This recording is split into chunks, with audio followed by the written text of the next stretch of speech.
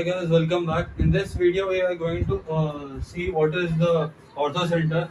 While when the lines are given in the question, you need to find the vertices and then you need to solve the orthocenter. So, firstly, we need to solve these two lines. So, firstly, we will multiply these two lines. Uh, Multiply now. We need to just use the elimination method. So firstly we will use these two lines that two 1 and 3. So 1 and 3 is this one and this one. So solving 1 and 3 we need to multiply this by 2, and here we have 2x. So firstly we will eliminate 2x and 2x, and we get y 2y minus y is y, and again 20 plus 7 is 27. So we get the value of y is minus 27. Putting the value of y in 1 or equation 1 or 2, we get the value. So we have applied in first equation, and after applying here y value, we get 17 as x.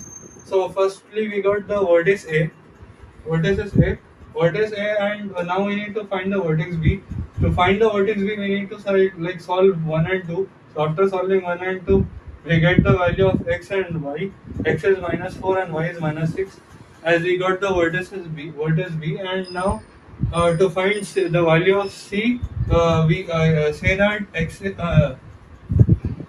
x minus y is equal to 2 is multiplied with 2, so that we get 2x and 2x. So again after equating it with 2x, it becomes 2x and 2x, so it gets eliminated, and again we need to solve it, and we get the value as y is equal to 1, and after substituting it in one second equation or third equation, we get the value as x is equal to 3.